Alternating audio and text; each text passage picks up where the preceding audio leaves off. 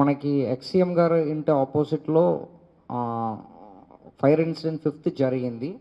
దాని మేరకు అంటే నాకు కూడా చాలామంది కాల్ చేస్తున్నారు. సో ఒక క్లారిటీ ఇచ్చేస్తామని చెప్పేసి. అంటే దీంట్లో ఏందంటే మనం కొన్ని సోషల్ మీడియాలో సర్క్యులేట్ అవ్వడం అన్నీ వినిపిస్తుందండి. ఏందంటే నోటీస్ ఇచ్చాము. కంప్లెయింట్ ఇచ్చిన వాళ్ళకే నోటీస్ ఇచ్చాము. అలాగని న్యూసెస్ వస్తున్నాయి. అంటే జనరల్లీ ఏందంటే మన నోటీసెస్ కంప్లెయింట్ ఇచ్చిన తర్వాత నోటీసు 2 విషయానికి కోసం ఇవ్వడం జరిగింది. ఒకటి సీసీటీవీ ఫుటేజ్ మనకు కావాలని చెప్పేసి. రెండవది ఎనీ పర్సన్ అన్ఐడెంటిఫైడ్ పర్సన్ వాళ్ళకి తెలిసిన ఆ రోజు మీటింగ్ కూడా జరిగింది. యాక్చువల్లీ కౌన్సిలర్స్ మీటింగ్ జరిగింది విజయవాడ నుంచి. అప్పుడు వాళ్ళ దగ్గర వచ్చిన వాళ్ళు అక్కడ ఎవరెవరు వచ్చారు, బయటికి ఎవరు ఆ టైంకి ఉన్నారన్నది కొన్ని తెలుసుకోవడానికి కోసం మనం నోటీస్ అన్నది ఇవ్వడం జరిగింది.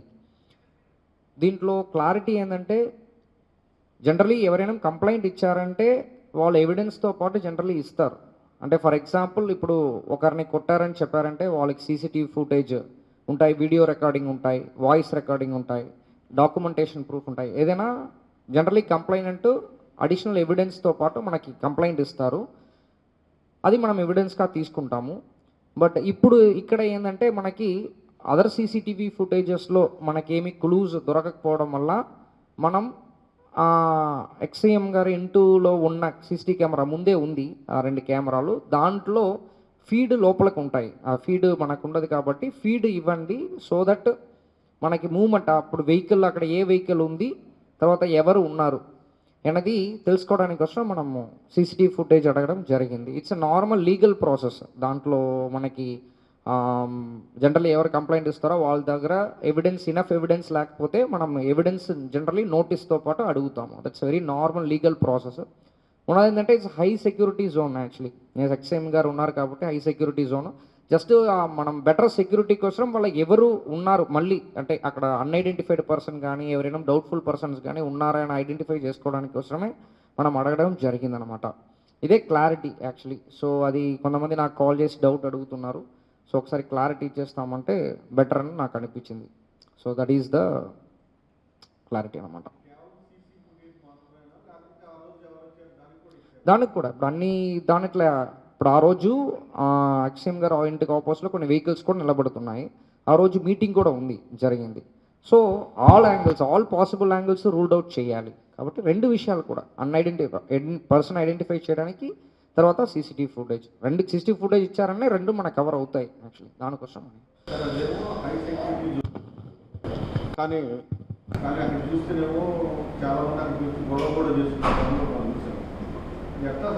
హై సెక్యూరిటీ జోన్ అంటే దానికన్నా అంటే ఇట్స్ కామన్ రోడ్ కూడా కదా.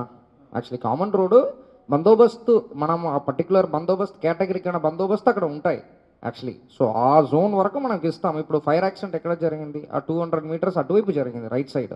ఇది 70 మీటర్స్కి ఇటువైపు జరిగింది. బట్ అక్కడ ఉన్న ఫ్రంట్ కెమెరాలో ఆ 70 మీటర్స్కి దగ్గర ఉన్న వెహికల్స్ ఐడెంటిఫై అవుతాయనే ఉద్దేశంతో పాటు మనం అడగడం జరిగింది.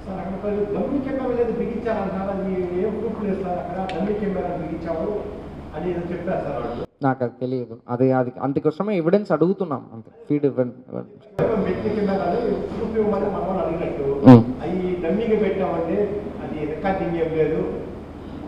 నాకు అది వాళ్ళే చెప్పాలి. అంటే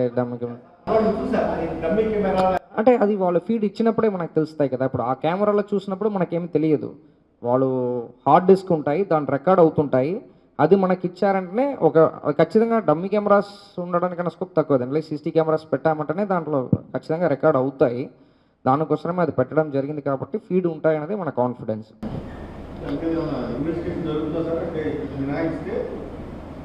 ఇది ఇచ్చామంటే మనకు కొంచెం క్లూస్ దొరుకుతాయన్న కాన్ఫిడెన్స్ ఉంది. అది వాళ్ళు అంటే ఇట్స్ పార్ట్ ఆఫ్ కోఆపరేషన్. ఎవరికైనా ఇప్పుడు కంప్లైంట్ ఉన్నప్పుడు వాళ్ళకి ఒక ఇష్యూ జరిగినప్పుడు ఇచ్చారంటేనే మనం ఫర్దర్గా ఇన్వెస్టిగేషన్ ప్రోగ్రెస్లో మన కాన్ఫిడెన్స్గా చెప్పగలుగుతాము. ఇన్సిడెంట్ కూడా ఫ్యూచర్లో ప్రివెంట్ చేయగలుగుతాం. కాబట్టి కోఆపరేషన్ ఉందంటే మనకు బాగుంటాయి.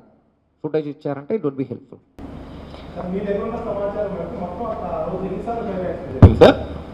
అక్కడ 2 సార్లు జరిగింది.